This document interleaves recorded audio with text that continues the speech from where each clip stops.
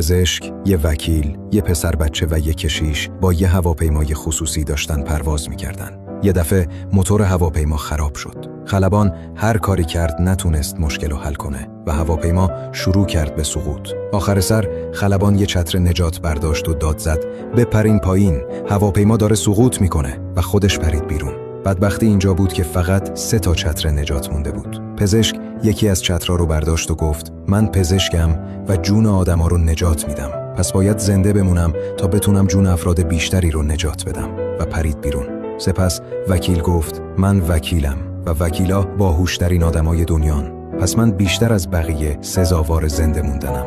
اونم چتر رو برداشت و پرید. کشیش به پسر گفت: پسرم، من دیگه عمرمو کردم، تو هنوز جوونی و کلی آرزو داری، پس چتر رو بردار و برو. پسر خندید و چتر رو داد به کشیش و گفت: نگران نباش، باهوشترین آدم دنیا الان با کوله پشتی مدرسه من پرید.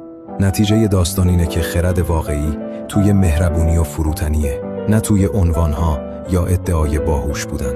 اگه رشد رو دنبال نمی‌کنی، احتمالاً دیگه هیچ وقت ما رو نمی‌بینی، ولی اگه این کار رو انجام میدی، تبریک میگم، تو هر روز در حال رشدی.